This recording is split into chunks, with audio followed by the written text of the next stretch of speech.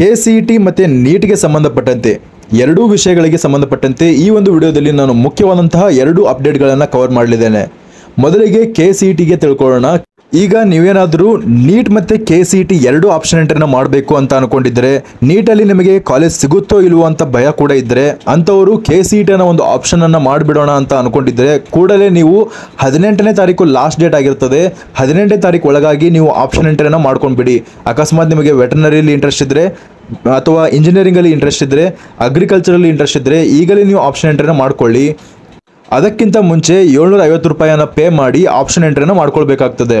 ಹಾಗಾದರೆ ಈಗ neat ವಿದ್ಯಾರ್ಥಿಗಳೇನಿದ್ದಾರೆ, neat ವಿದ್ಯಾರ್ಥಿಗಳು ಕೂಡ ಈ 750 ರೂಪಾಯಿಯನ್ನು ಪೇ ಮಾಡಲೇಬೇಕಾ? ನಾನು ಹೇಳೋದನ್ನು ಗಮನಿಸಿ. ನೀಟ್ ವಿದ್ಯಾರ್ಥಿಗಳು ಈಗ ಆಪ್ಷನ್ ಎಂಟ್ರಿಯನ್ನು ಮುಟ್ಟೋದು ಅವಶ್ಯಕತೆ ಇಲ್ಲ. ಯಾಕಂದರೆ MCC ಶೆಡ್ಯೂಲ್ ಬಂದ ಮೇಲೆ ಈಗ KCET ಅವರು ಕೂಡ ಒಂದು KA ಕಡೆಯಿಂದ ಕೂಡ ಒಂದು ನೀಟ್ನ ಶೆಡ್ಯೂಲನ್ನು ಬಿಡ್ತಾರೆ. ಆ ಶೆಡ್ಯೂಲನ್ನು ಬಿಟ್ಟ ಮೇಲೆ ನೀವು 750 ರೂಪಾಯಿಯನ್ನು ಪೇ ಮಾಡಿ ಆಪ್ಷನ್ ಎಂಟ್ರಿನ ಮಾಡಬೇಕಾಗ್ತದೆ. ನೀವು ಕೇವಲ ನೀಟ್ನ ಒಂದು ಸಂಬಂಧಪಟ್ಟಂತೆ ಆಪ್ಷನ್ ಎಂಟ್ರಿ ಮಾಡೋದಿದ್ರೆ ಯಾವುದೇ ರೀತಿಯ ಫೀಸನ್ನು ಈ ಸಂದರ್ಭದಲ್ಲಿ ತುಂಬುವಂತಹ ಅವಶ್ಯಕತೆ ಇರೋದಿಲ್ಲ. ಸರ್ವರ್ ಎರರ್ನಿಂದಾಗಿ ಸ್ವಲ್ಪ ಟೈಮನ್ನು ಎಕ್ಸ್ಟೆಂಡ್ ಮಾಡಿದ್ರು. ಆದರೆ ನೀವು ಗಮನಿಸಿ, 30ನೇ ತಾರೀಕು ನಂತರ ಸ್ಟೇಟ್ನ ಒಂದು ಕೌನ್ಸಿಲಿಂಗ್ ಸ್ಟಾರ್ಟ್ ಆಗಬೇಕಂತ MCC ಅವರು ಶೆಡ್ಯೂಲನ್ನು ಬಿಟ್ಟಿದ್ದಾರೆ. ಅದರ ಪ್ರಕಾರ ನೋಡೋದಾದರೆ KCET ಮತ್ತು ನೀಟನ್ನು ಈ ಟೈಮ್ ಕೂಡ ಎಟ್ ಎ ಟೈಮ್ ನಡೆಸ್ತಾರೆ KE ಅವರು. ಆದ್ದರಿಂದ ಸ್ವಲ್ಪ ವೇಟ್ ಮಾಡೋಣ. ಈ ಒಂದು ಶೆಡ್ಯೂಲ್ ಇನ್ನೂ ಸ್ವಲ್ಪ ಎಕ್ಸ್ಟೆಂಡ್ ಆಗಲಿದೆ ಅಂತ ಅನ್ಕೊಳ್ತೇನೆ. ಮತ್ತೆ ಇಲ್ಲಿ ಗಮನಿಸಬಹುದು, ನೀಟ್ ರ್ಯಾಂಕ್ ಆಧಾರಿತ ವೈದ್ಯಕೀಯ ದಂತವೈದ್ಯಕೀಯ ಕೋರ್ಸ್ಗಳನ್ನು ಸೀಟು ಪಡೆಯುವ ವಿದ್ಯಾರ್ಥಿಗಳು ಈಗ ಲಾಗಿನ್ ಆಗಿ ಆಪ್ಷನ್ ಎಂಟ್ರಿನ ಮಾಡುವಂತಹ ಅಗತ್ಯವಿರೋದಿಲ್ಲ. ಈಗ ನೀವು ನೀಟ್ಗೆ ಸಂಬಂಧಪಟ್ಟಂತೆ BDS, BMS ಮತ್ತು MBBSಗೆ ಆಪ್ಷನ್ ಎಂಟ್ರಿನ ಮಾಡೋದಕ್ಕೆ 750 ರೂಪಾಯಿಯನ್ನು ಪೇ ಮಾಡುವಂತಹ ಅವಶ್ಯಕತೆ ಕೂಡ ಇರೋದಿಲ್ಲ. ನೀವು ಆ ಟೈಮಲ್ಲೇ ನೀವು ಡೈರೆಕ್ಟಾಗಿ ಆಪ್ಷನ್ ಎಂಟ್ರಿನ ಮಾಡೋ ಟೈಮ್ನಲ್ಲೇ 750 ರೂಪಾಯಿಯನ್ನು ಪೇ ಮಾಡಿಬಿಟ್ರೆ ಮುಗೀತು. ನೀವು KCETಯ ಸಂದರ್ಭದಲ್ಲಿ ಈಗ 750 ರೂಪಾಯಿಯನ್ನು ಪೇ ಮಾಡಿದರೆ ಏನು ಪ್ರಾಬ್ಲಮ್ ಆಗೋದಿಲ್ಲ. ಆದರೆ ಈಗ ಪೇ ಮಾಡಿದ್ರು ಕೂಡ ಅವಾಗ ಕನ್ಸಿಡರ್ ಆಗ್ತದೆ. ಆದ್ದರಿಂದ ಅವಸರ ಬೇಡ. ನೀಟ್ನ ಒಂದು ಆಪ್ಷನ್ ಎಂಟ್ರಿನ ಮಾಡೋದಕ್ಕೆ ಸಮಯ ಕೊಟ್ಟಾಗ ಆವಾಗ ನೀವು 750 ರೂಪಾಯಿಯನ್ನು ಪೇ ಮಾಡಿ ಕೌನ್ಸಿಲಿಂಗನ್ನು ಮಾಡ್ಬೋದು.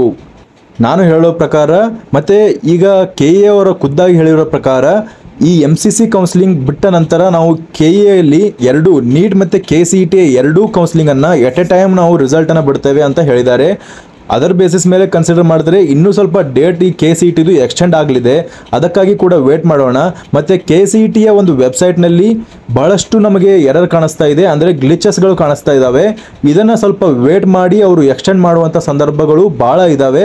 ಇದನ್ನು ಲಾಸ್ಟ್ ಇಯರ್ ಕೂಡ ನಾನು ಇದೇ ರೀತಿಯ ಒಂದು ಘಟನೆಯನ್ನು ಕಂಡಿದ್ದೆ. ಅಂದರೆ KCET ಕೌನ್ಸಿಲಿಂಗನ್ನು ಭಾಳ ಎಕ್ಸ್ಟೆಂಡ್ ಮಾಡಿಕೊಂಡು ಒಂದು ತಿಂಗಳವರೆಗೆ ಇದನ್ನು ಎಕ್ಸ್ಟೆಂಡ್ ಮಾಡ್ಕೊಂಡೇ ಹೋಗಿದ್ರು. ಈ ವರ್ಷ ಕೂಡ ಅದೇ ರೀತಿ ಆಗುವಂಥ ಸಾಧ್ಯತೆ ಇದೆ. ಮತ್ತು ನೀಟ್ನ ಒಂದು ಸೀಟ್ ಮ್ಯಾಟ್ರಿಕ್ಸ್ ಬಂದ ತಕ್ಷಣ ನೀಟ್ನ ಒಂದು ಆಪ್ಷನ್ ಎಂಟ್ರಿ ಕೂಡ ಇದೇ ಲಿಂಕಲ್ಲಿ ನಿಮಗೆ ಆಪ್ಷನ್ ಎಂಟ್ರಿನ ಮಾಡೋದಕ್ಕೆ ಬಿಡ್ತಾರೆ.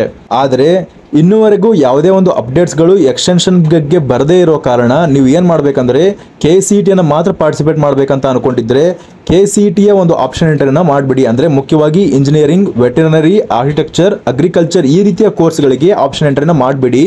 ಮತ್ತು ನೀವು ನೀಟ್ನ ಕೌನ್ಸಿಲಿಂಗ್ ಬಂದಾಗ ನೀಟ್ನ ಒಂದು ಆಪ್ಷನ್ ಎಂಟ್ರಿನ ಕೂಡ ಮಾಡ್ಬೋದಾಗಿರ್ತದೆ. ಅಂದರೆ ನೀವು ಎರಡನ್ನೂ ನೀವು ಆಪ್ಷನ್ ಎಂಟ್ರಿಯಲ್ಲಿ ಮಾಡಬೇಕಂತ ಅನ್ಕೊಂಡಿದ್ರೆ, ಅವಾಗ ನೀವು ಎರಡನ್ನೂ ಬ್ಯಾಲೆನ್ಸ್ ಮಾಡಬೇಕಂತ ಅನ್ಕೊಂಡಿದ್ರೆ ಈ ಒಂದು ಆಪ್ಷನ್ ಎಂಟ್ರಿನ ಮುಗಿಸ್ಬಿಡಿ KCETದು. ಆಮೇಲೆ ನೀಟ್ನ ಒಂದು ಆಪ್ಷನ್ ಎಂಟ್ರಿನ ಬಿಟ್ಟಾಗ ನೀಟ್ನ ಒಂದು ಕಾಲೇಜ್ಗಳ ಲಿಸ್ಟನ್ನು, ಅಂದರೆ 1 ರಿಂದ 65 ಕಾಲೇಜ್ಗಳು ಏನು ಸೆಮಿ ಗೌರ್ಮೆಂಟ್ ಮತ್ತು ಗೌರ್ಮೆಂಟ್ ಕಾಲೇಜ್ಗಳಿದ್ದಾವೆ ಅವುಗಳನ್ನು ನೀವು ಪ್ರಿಯಾರಿಟಿ ಆರ್ಡರ್ನಲ್ಲಿ 1 ರಿಂದ 65 ಹಾಕಿದ ತಕ್ಷಣ 66ನೇ ಕಾಲೇಜು ನೀವು ಹಾಕಿರುವಂತಹ ವೆಟರ್ನರಿ ಆಗಿರ್ಬೋದು, ಇಂಜಿನಿಯರಿಂಗ್ ಆಗಿರ್ಬೋದು 66ರಿಂದ ಸ್ಟಾರ್ಟ್ ಆಗ್ತದೆ. ಈ ರೀತಿಯ ಒಂದು ಪ್ರೊಸೀಜರ್ ಅವರು ಆ ಒಂದು ಲಿಂಕ್ನಲ್ಲಿ ಪ್ರೊವೈಡ್ ಮಾಡ್ತಾರೆ. ಆದ ರೀತಿಯಿಂದ ನೀವು ಈ ಒಂದು KCET ಒಂದು ಆಪ್ಷನ್ ಎಂಟ್ರಿನ ಏನಾದರೂ ಮಾಡ್ಕೊಳ್ಬೇಕಂತ ಅನ್ಕೊಂಡಿದ್ರೆ ಈಗಲೇ ನೀವು KCET ಒಂದು ಆಪ್ಷನ್ ಎಂಟ್ರಿನ ಮಾಡಿಬಿಡಿ. 18ನೇ ತಾರೀಕು ಲಾಸ್ಟ್ ಡೇಟ್ ಆಗಿರೋದ್ರಿಂದ ಈ ಒಂದು ವಿಡಿಯೋದ ಮೂಲಕ ನಾನು 18ನೇ ತಾರೀಕು ಲಾಸ್ಟ್ ಡೇಟ್ ಆಗಿದೆ ಅಂತ ತಿಳಿಸ್ಲಿಕ್ಕೆ ಬಂದಿದ್ದೇನೆ. ಇದಿಷ್ಟಾಗಿತ್ತು ಈವರೆಗಿನ ಮಾಹಿತಿ. ಈ ಮಾಹಿತಿ ನಿಮಗೆ ಇಷ್ಟವಾಗಿದ್ದರೆ ಚಾನಲನ್ನು ಸಬ್ಸ್ಕ್ರೈಬ್ ಮಾಡ್ಕೊಳ್ಳಿ. ಹಾಗೆ ನಿಮ್ಮ ಫ್ರೆಂಡ್ಸ್ಗಳಿಗೂ ಈ ವಿಷಯವನ್ನು ಶೇರ್ ಮಾಡಿ. ಅವ್ರಿಗೂ ಕೂಡ ಕೌನ್ಸಿಲಿಂಗಲ್ಲಿ ಯಾವುದೇ ತೊಂದರೆಗಳಾಗದೇ ಇರುವ ರೀತಿಯಲ್ಲಿ ಈ ಒಂದು ವಿಡಿಯೋಗಳ ಮೂಲಕ ಹೆಲ್ಪ್ ಆಗಲಿದೆ. ಧನ್ಯವಾದಗಳು.